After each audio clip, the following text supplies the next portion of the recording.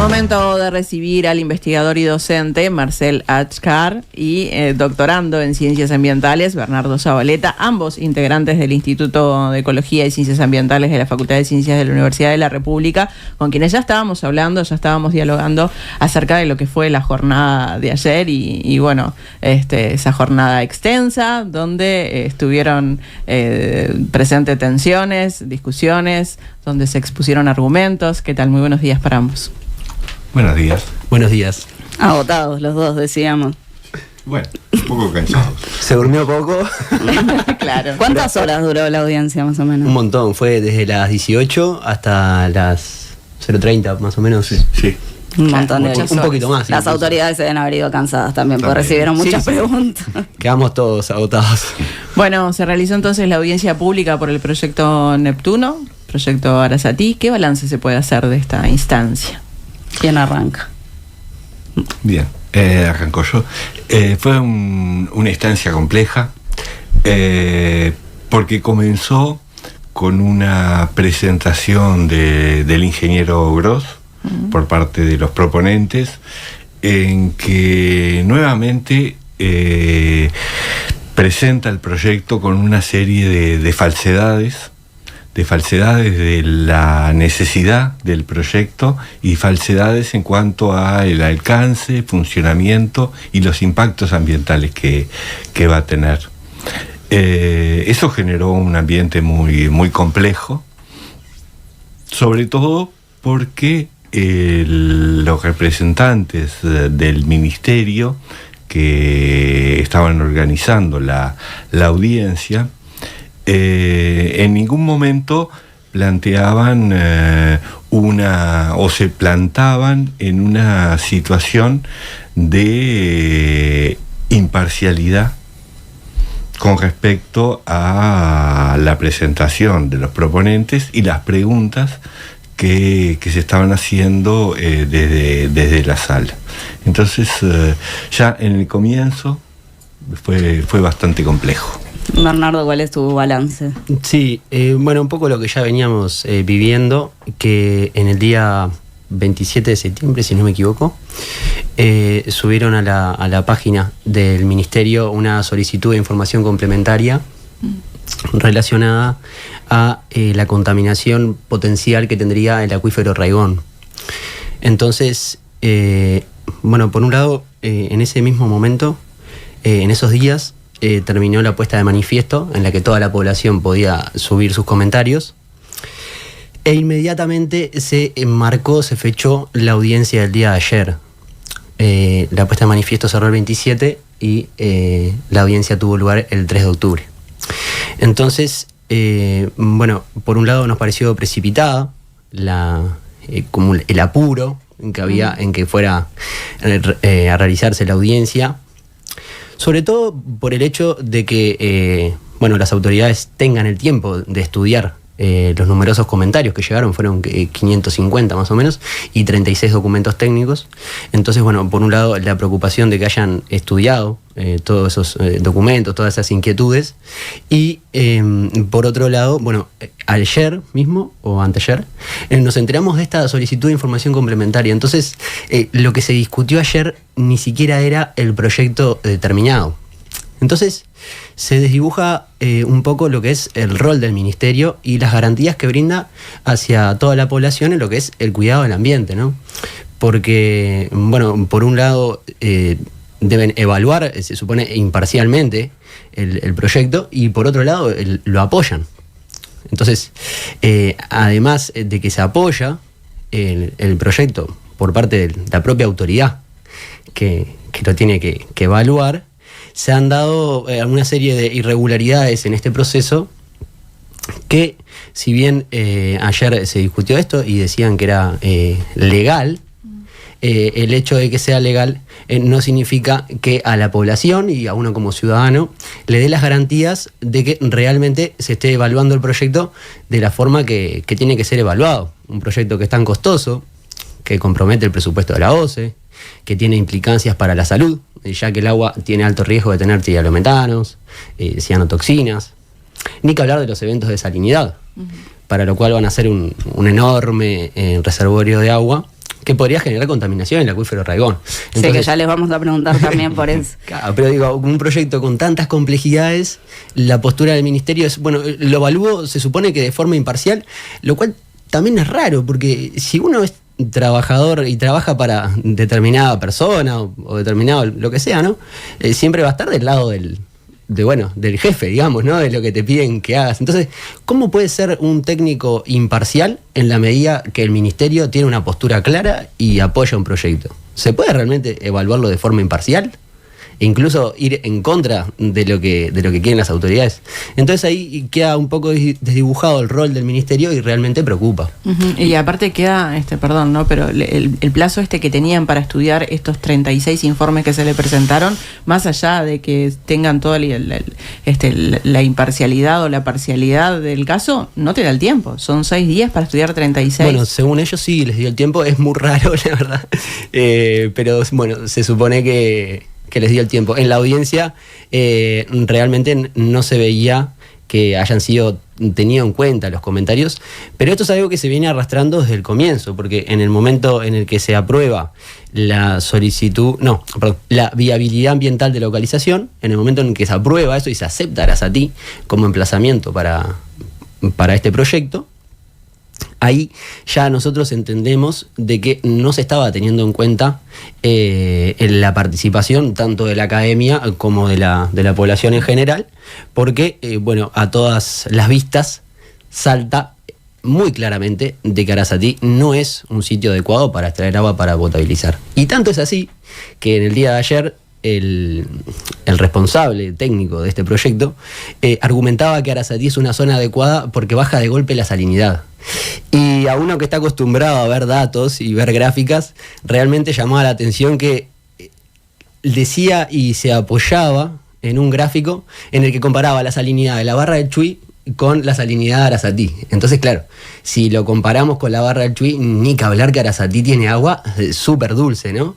Pero eso no quiere decir que sea apropiada para potabilizar y que sea mejor que otras opciones, otras alternativas posibles. Y para tener claro cuál fue la dinámica ayer de la audiencia, ¿quiénes estuvieron a cargo de la presentación del proyecto y quiénes estuvieron a cargo de responder las preguntas que llegaban a la mesa? Marcel. Bien, esa fue una de los puntos tensos, porque la presentación del proyecto estuvo a cargo de la empresa proponente, la presentación del estudio de impacto ambiental también, y las respuestas, en principio, desde el ministerio se planteaba que las iba a contestar también la empresa. Finalmente algunas las contestó la empresa, algunas las contestó el propio ministerio, desde esa posición de defensa del proyecto, incluso con momentos cómicos en que el representante del ministerio dice: nuestros estudios nos indican, como que asumían que eran ellos los que realizaban los estudios. Cuando se supone que lo que tienen que hacer es analizar los estudios que les entregan. Claro, lo que tienen el rol y la misión que les compete es fiscalizar que efectivamente los estudios sean de buena calidad y que representen los impactos, los evalúen correctamente, y no tengan errores, no tengan deficiencias en cuanto a la identificación de impactos. ¿El Ministerio de Ambiente cumplió con todos los pasos que tenía que seguir antes de hacer esta audiencia?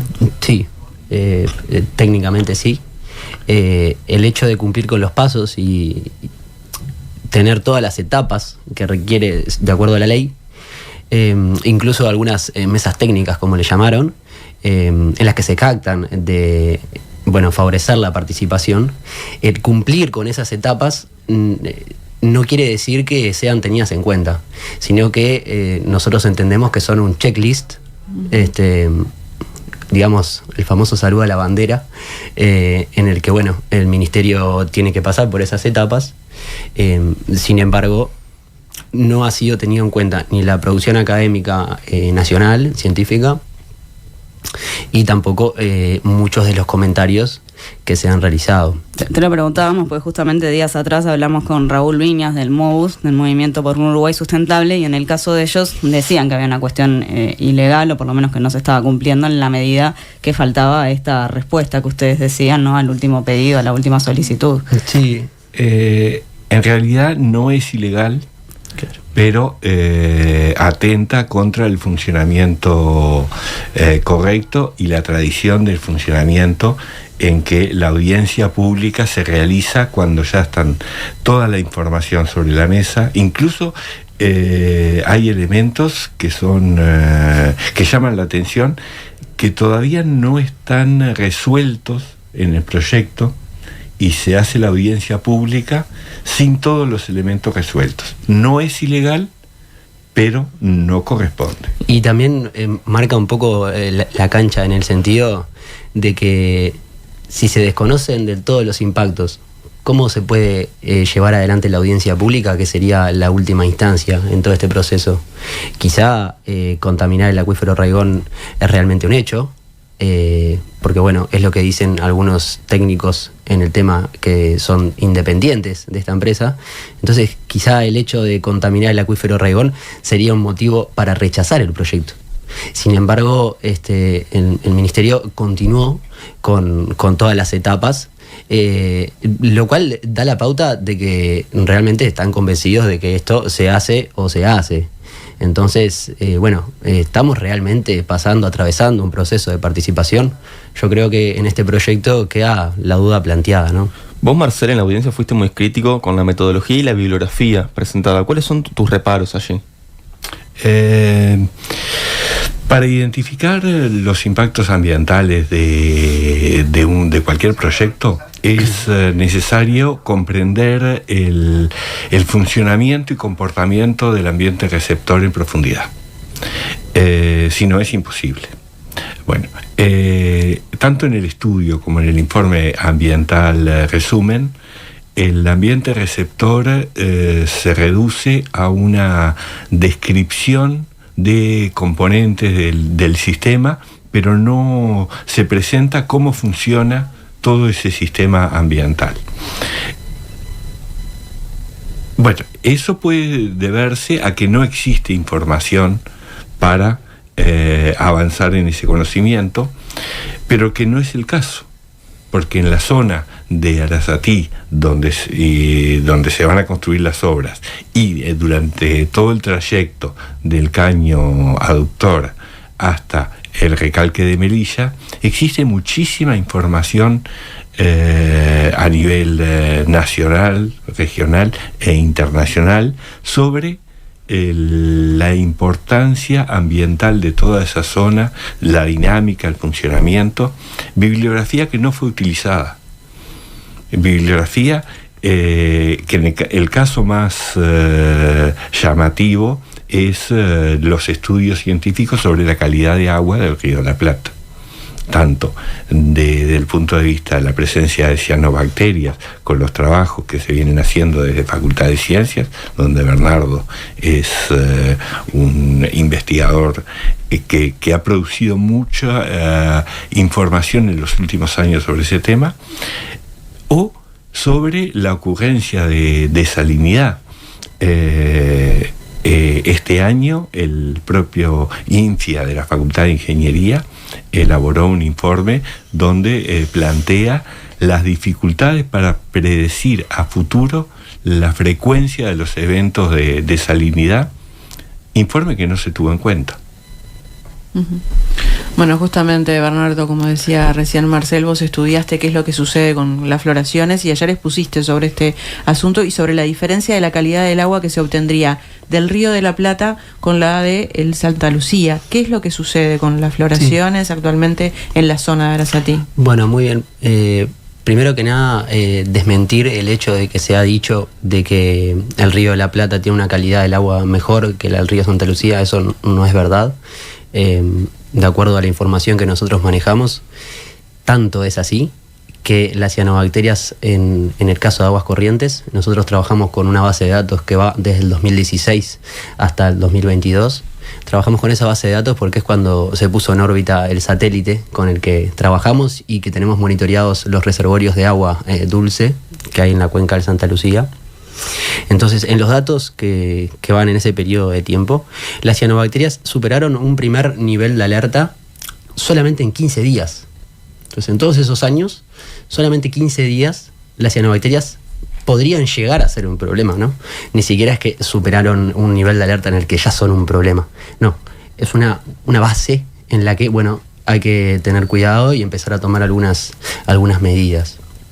Mientras que cuando lo comparamos con el Río de la Plata, tenemos un ambiente en donde hay llegada de cianobacterias constantemente y de forma contrastante con lo que son los caudales. ¿A qué me refiero? En 2019, quizá recuerden, la gran floración de cianobacterias que tuvimos, que llegaron hasta Rocha y que fue un evento muy, muy recordado, porque bueno, sobre todo en Montevideo se veían las grandes cantidades de cianobacterias que las sacaban con retroexcavadora y cayó justo en el verano, entonces te ibas a bañar y estaban ahí, ¿no? Sí, las playas verdes. Las playas verdes, ¿se acuerdan que eran? Nosotros le decíamos moco porque cuando ibas a la playa y tenías aquellas, son colonias, y bueno, tenías esas colonias inmensas y que no daban ganas de bañarse. Bueno, en ese caso, en 2019, la ocurrencia de estas cianobacterias estuvo relacionada con la descarga de agua dulce del río Uruguay y del río Negro. Entonces, esas cianobacterias habían sido generadas, digamos, habían desarrollado en el embalse de Palmar. Entonces, bueno, vinieron desde el embalse de Palmar con estos caudales elevados. Ahora, ¿qué pasa cuando hay poca agua dulce? Que sería el momento crítico, el momento en el que se prevé y utilizar esta agua, en el momento en el que sería más necesaria esta planta complementaria. Bueno, en los momentos en que hay caudales bajos, las cianobacterias son inmensas y ocupan gran parte de lo que es el estuario. Para que se hagan una idea, en noviembre del 2020 teníamos, si no mal recuerdo, teníamos alrededor de 515 kilómetros cuadrados cubiertos de floración. Es un manchón gigantesco. Entonces, bueno, cuando tenemos poca agua, ¿qué pasa? El estuario tiene un alto tiempo de residencia, es decir, el agua queda quietita. Entonces, queda quietita, ingresa la luz, aumenta la temperatura, nutrientes hay porque la cuenca del Plata tiene usos agropecuarios intensivos e industriales intensivos, entonces hay nutrientes, entra la luz, aumenta la temperatura, es ideal para el desarrollo de cianobacterias de forma local. Entonces, cuando tenemos mucha agua, hay cianobacterias. Cuando hay poca agua, también hay cianobacterias. ¿Y qué sucede cuando es invierno? Porque uno siempre las relaciona con las altas temperaturas. Bueno, en invierno también tenemos ocurrencia de cianobacterias en la zona de Arasatí, que se relacionan también con la descarga de los embalses hidroeléctricos. Entonces, nosotros esta publicación que tenemos es en conjunto con otro artículo que publicamos en 2020, lo publicamos el año pasado. Son los dos artículos que muestran la ocurrencia de cianobacterias para el estuario en su totalidad, incluida la zona de Arasatí. Entonces, nosotros veníamos trabajando en eso y de repente surge esta iniciativa. Entonces, cuando nos enteramos de la iniciativa fue, justo Arasatí, por la forma que tiene la costa, se genera una dinámica en la que tiene una forma que es como una pancita para adentro, es como una vueltita que tiene en la que se acumulan mucho ahí las cianobacterias. Entonces, no podíamos creer que el proyecto se pretenda ubicar en la zona de la costa uruguaya con mayor ocurrencia de cianobacterias. Entonces, claro, cuando empezamos a ver los documentos, claramente, si vos mostrás estos artículos, no tenés argumentos para poner una planta de potabilización allí, porque recordemos que esto, además de aumentar el riesgo de abastecer agua con cianotoxinas, también encarece los procesos de potabilización. Entonces, ¿por qué sería una buena idea extraer agua con tantas problemáticas relacionadas a su calidad? ¿Por qué sería una buena idea extraerla para potabilizar? Y es una pregunta que hasta el momento, incluso ayer, no se responde. Para responder a esto se compara con la salinidad de la barra del Chuy. lo cual no entendemos por qué. Y lo otro también que es importante tener en cuenta es que el director técnico del proyecto dice que todo ha sido hecho con rigurosidad científica. Para empezar, que lo dice a los gritos. Entonces, cuando uno tiene evidencia, no es necesario gritar. Para eso publicamos, justamente, para que esté la información y que se pueda utilizar. La ciencia se construye de a poquito. Hoy se genera un artículo, mañana se genera otro, pero lo que tienen que tener en común todos es que hay que hacer una revisión bibliográfica exhaustiva. Entonces, si vos no haces una revisión bibliográfica exhaustiva, estás ignorando, omitiendo los trabajos previos. Entonces, ¿cómo se puede hablar de un proyecto con rigurosidad científica si se omiten, si se ignoran los antecedentes que hay para el Río de la Plata? Marcel, ¿y qué pasa, a propósito de esto también de las floraciones, las cianobacterias, con el polder o pileta o piscina, como le han llamado, que se quiere instalar? O sea, ¿qué dimensión tendría esto? ¿Para qué serviría? Sí, la reserva de agua bruta o polder, que tiene una superficie de 240 hectáreas y una columna de agua de 17 metros de profundidad,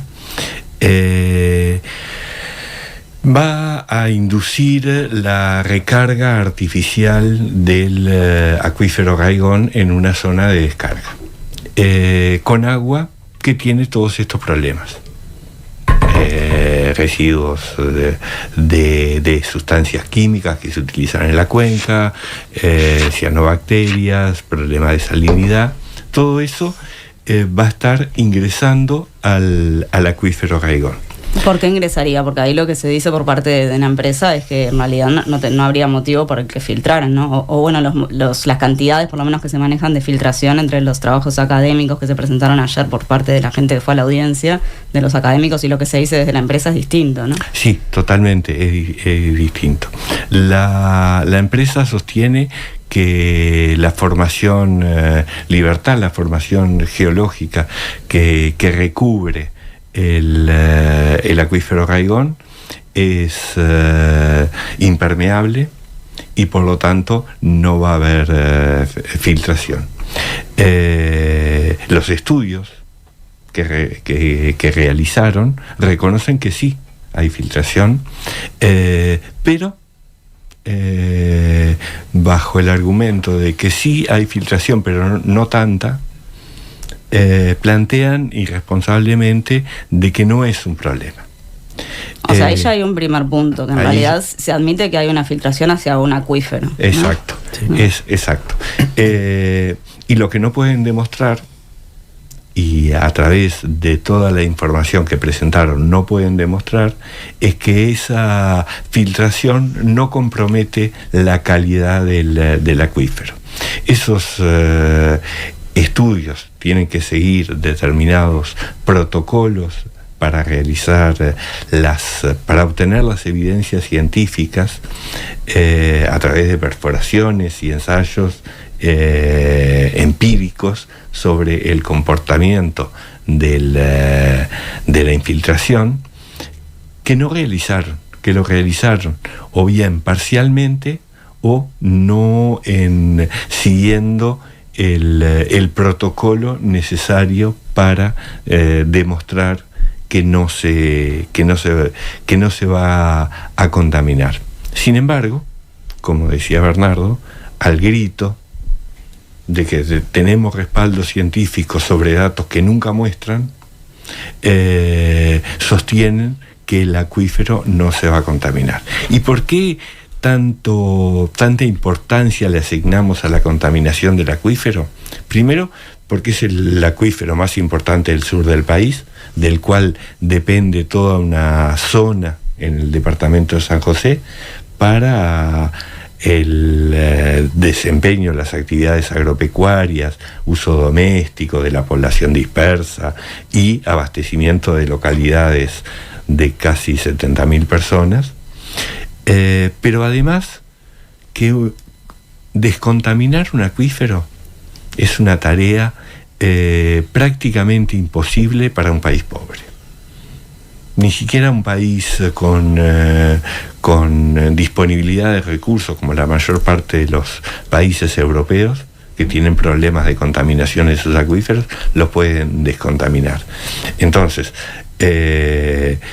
para realizar este tipo de actividades es necesario tener todas las garantías de que no se va a contaminar. Las evidencias, de acuerdo a la experiencia de investigación que se ha realizado desde Facultad de Ingeniería, desde Facultad de Ciencias, es de que la colocación de esta reserva de agua bruta en ese lugar, en esas condiciones, y además que la propia empresa reconoce que va a hacer excavaciones, no solo no va a impermeabilizar el piso, sino que va a hacer excavaciones en el piso para extraer materiales para construir los terraplenes de la propia represa, con lo cual el riesgo de ingreso de contaminantes al acuífero es muy importante.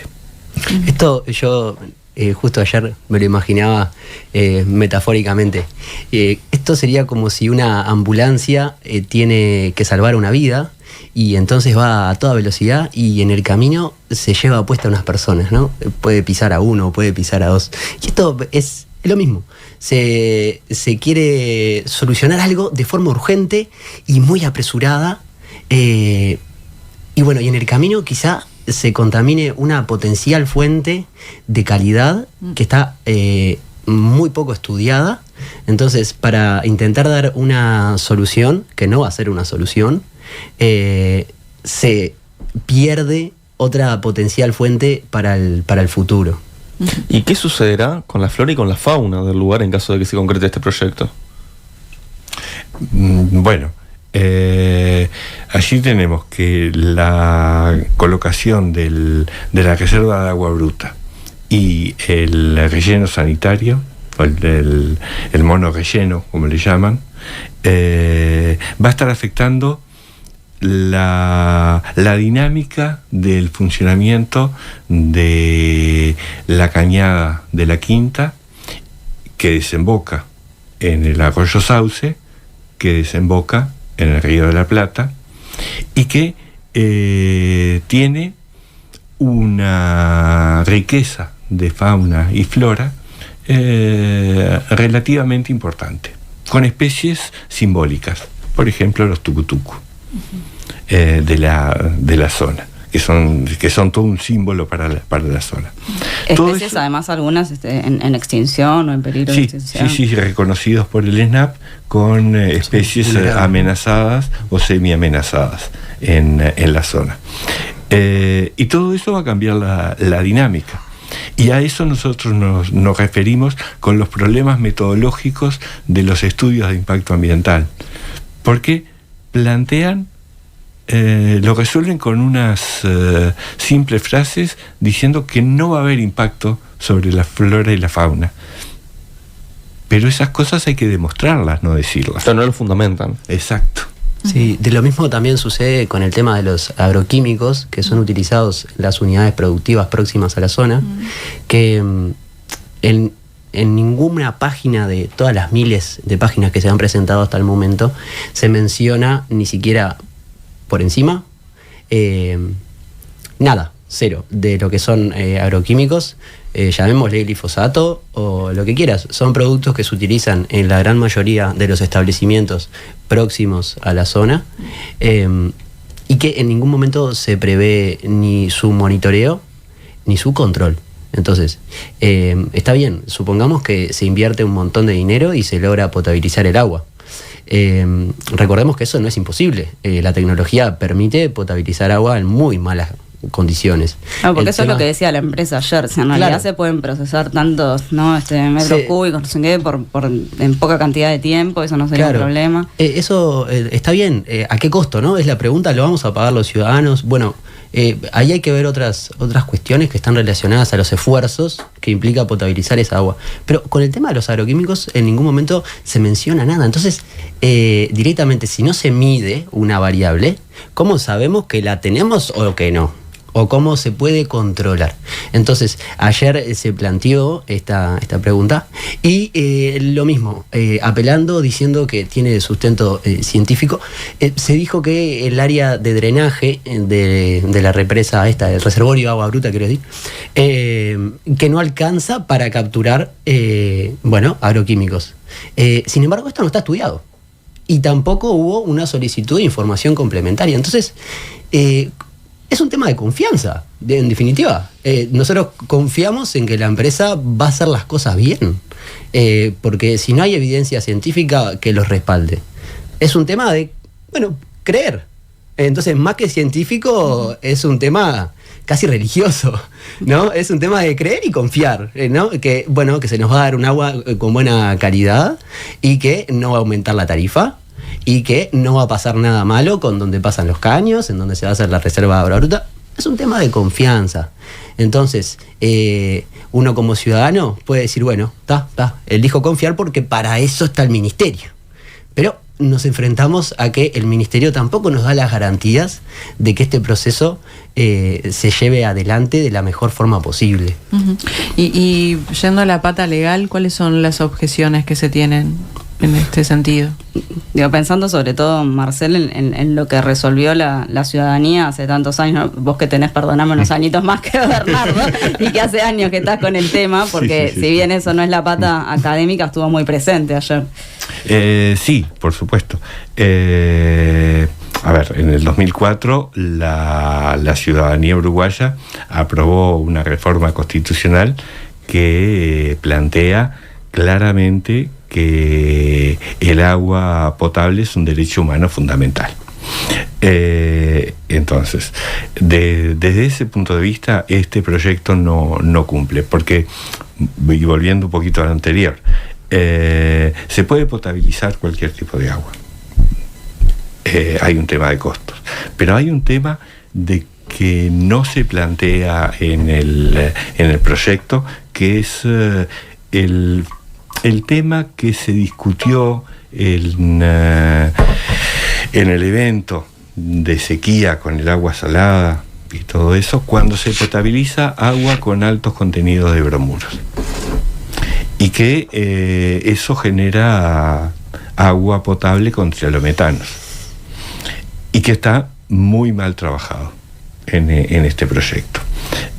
Sí, con el tema de los cloruros está planteado con la reserva de agua bruta, pero el agua del Río de la Plata tiene altos contenidos de bromuro, por lo tanto, al no estar especialmente atendido ese problema, seguramente los contenidos de trialometanos en el agua, que recordemos que son sustancias cancerígenas, va a estar comprometiendo la calidad del agua potable. Por lo tanto, se estaría violando la Constitución. Y además, se estaría violando la Constitución porque habría una empresa privada gestionando el abastecimiento de agua potable a la población.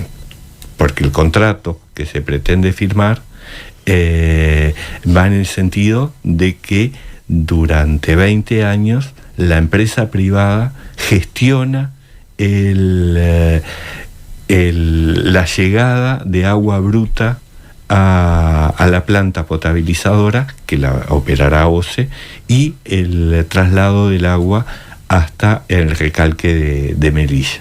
Uh-huh. Entonces, quedaría el control del abastecimiento parcial del área metropolitana, porque también, recordar eso, esta planta que se propone podría abastecer, en el mejor de los casos, un 25% del consumo del área metropolitana.